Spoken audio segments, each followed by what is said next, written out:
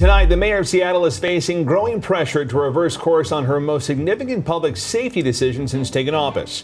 Mayor Katie Wilson paused the expansion of city-owned public surveillance cameras. The head of the Seattle City Council's Public Safety Committee said that he believes Seattle is not ready for the upcoming FIFA World Cup games, which start within 2 weeks. He points the finger directly at Mayor Wilson and says she's violating the law and her charter as mayor. The destruction of a city, Seattle, Washington, where more than 1/3 of all buildings sit vacant. That is 35% of all buildings here in Seattle, Washington, have no one in them. Shopping in Seattle is not what it used to be like. This right here used to be Old Navy, now it is gone. This used to be Anthropology. All the shopping right here is gone. This used to be the Loft.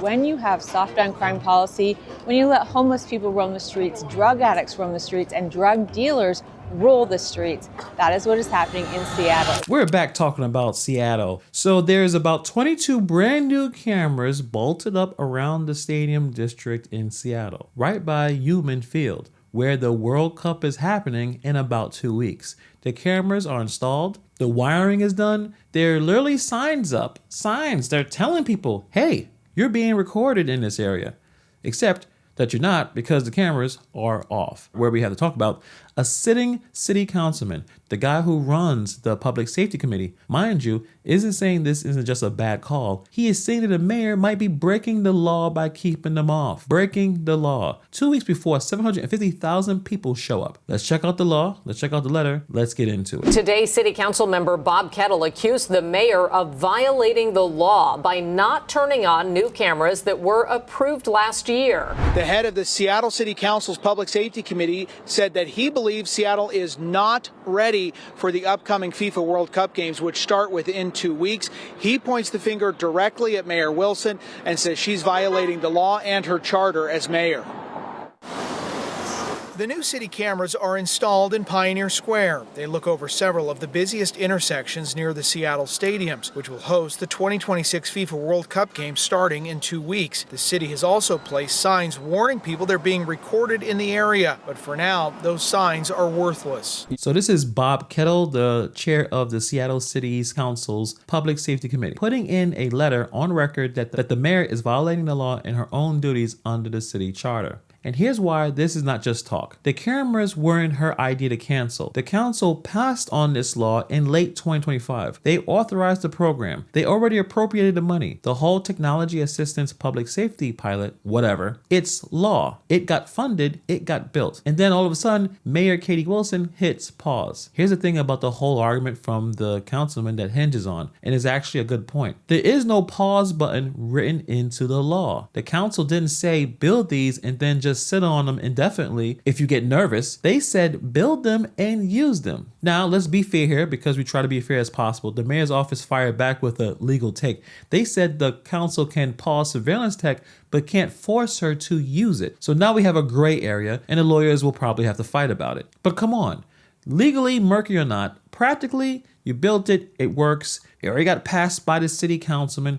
People are getting shot already. There's crime in the area. Turn on the cameras. He points the finger directly at Mayor Wilson and says she's violating the law and her charter as mayor. The new city cameras are installed in Pioneer Square. They look over several of the busiest intersections near the Seattle stadiums, which will host the 2026 FIFA World Cup games starting in 2 weeks. The city has also placed signs warning people they're being recorded in the area. But for now, those signs are worthless. You know, we're not doing what we need to do to be ready for these games. City Council member Bob Kettle is ratcheting up the pressure on Mayor Katie Wilson. The 22 cameras are installed.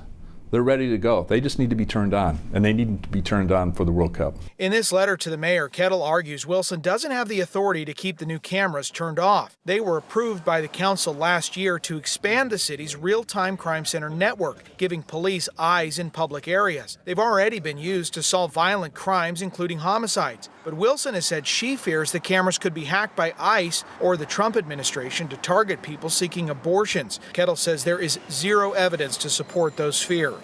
Has there been a subpoena? Has there been an intrusion from any entity, whatever it may be? And we talked about this in previous videos, but let's kind of come back to this reason why the cameras are off. The reason the cameras are off, according to Katie Wilson, the official reason, is that she's worried about ICE or Trump administration that can hack into them and use them to track people seeking abortions or immigrants. What? And look, I'm not going to pretend that surveillance from the federal government are fake. I'm sure it's not. I mean, privacy is an issue here. That's real. But here's where it just doesn't make any sense to me.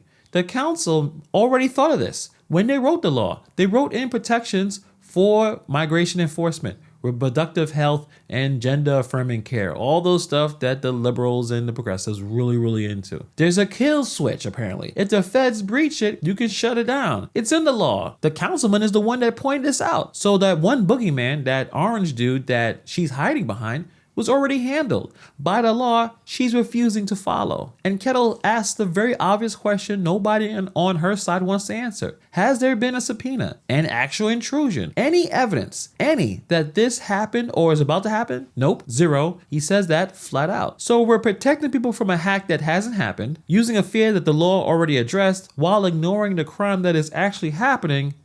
How does this make any sense? Where concerns about safety near North Aurora Avenue were also top of mind.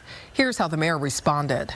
So we're going to have more information very soon, and we also have emphasis patrols that SPD is doing right now. And these are the immediate fixes, right? Like no illusion that things like this are solving the longer-term problem, but we are trying to take immediate action to improve conditions in the neighborhood because it's unacceptable, right? You shouldn't have just gunshots around your house, like into your house. So up on Aurora Avenue North, 95 shootings in 2 years. 95. A bullet came within feet of a 6-year-old baby asleep in the crib. 6 weeks off. 6 weeks off. You have pimps in turf wars, human trafficking, drive-by shootings, using residential side streets as a getaway loop. Cut through the neighborhood, circle back, and do it again. So what did the residents do? They gave up on waiting for the police. They start dragging out large boxes and try to build their own barricades to stop shooters from speeding through their streets. Regular people doing the city's job because no one came. And it worked. 3 days, no shootings. And you know what the city did? Made them take the barricades down in 3 days. Now hold that next to this. The same city that let Chopped, I'm sure you remember this a while ago, the autonomous zone,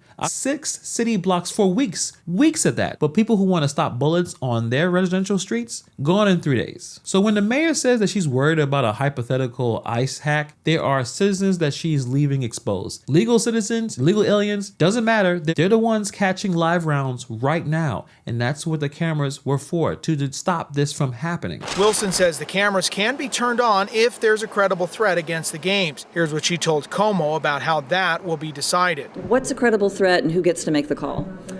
We've been working with SPD on that definition, and I don't have it in my head, but it's pretty common sense. It's basically, if we have an indication that there is a person or an organization that it has the intention to cause harm to, significant harm to people or property during these events or, surrounding these events, and we believe that they could have the ability to carry this out. So the mayor's compromise is she'll turn the cameras on if there's a credible threat. Cool. So the reporter asked her, reasonably, what's a credible threat? Who decides? Her answer is, and I quote, I don't have it in my head, but it's pretty common sense. You don't have it in your head. The entire policy, the one thing standing between the cameras off and cameras on for the biggest event the city has ever hosted, and you can't define it on the spot. But you just said it was common sense. I guess it's not that common sense. This is the whole job. Public safety for a global event. And the trigger condition lives somewhere to be decided. Common sense. We'll know it when we'll see it. What is it? And here's the part that Bob Kettle nails because he is right. You don't get a credible threat warning. Atlanta didn't get one in the bombing of the '96 Olympics.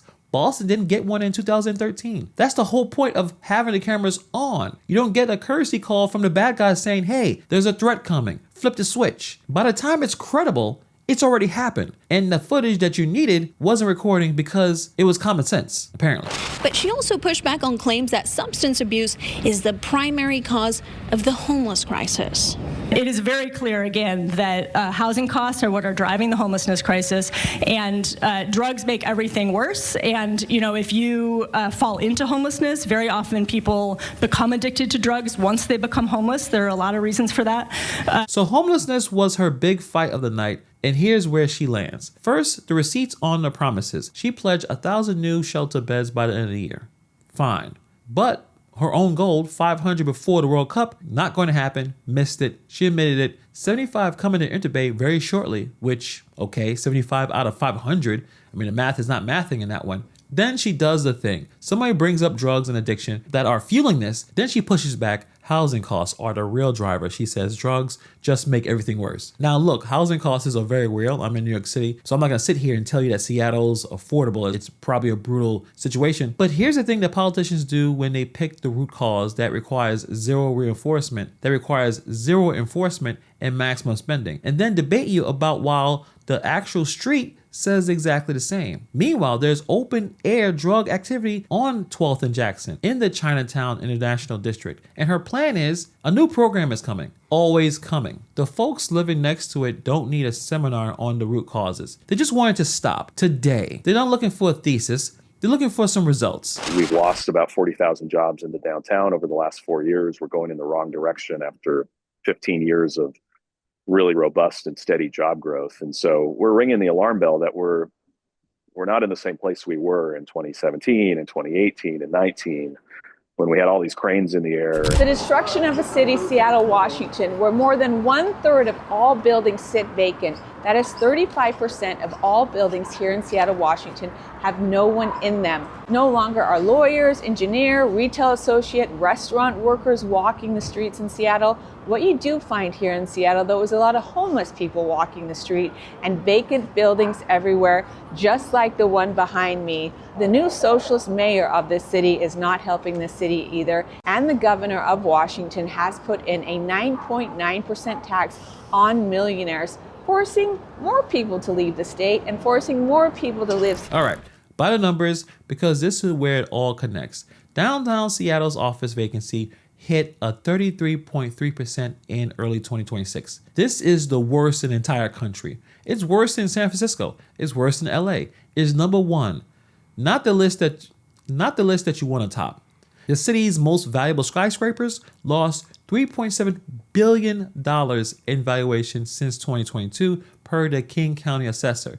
One tower, the U.S. Bank Center, just got sold at a 54% loss. Downtown lost around 13,000 jobs in a single year. Now here's why this is not a separate story. It's the same story. When those office towers drop in value, the city collects less property tax from them. So who picks up the slack? So follow this sad loop here. Crime and dysfunction scares off business. Business leaves. Tax base shrinks. Burden lands on the residents. Affordability gets worse, which he blames for everything else. A city that won't protect its own stadium district 2 weeks before the World Cup is not the city those 40,000 jobs are coming back to. So let's put it all on the table here. $175 million budget shortfall coming in next year. The worst office market in America.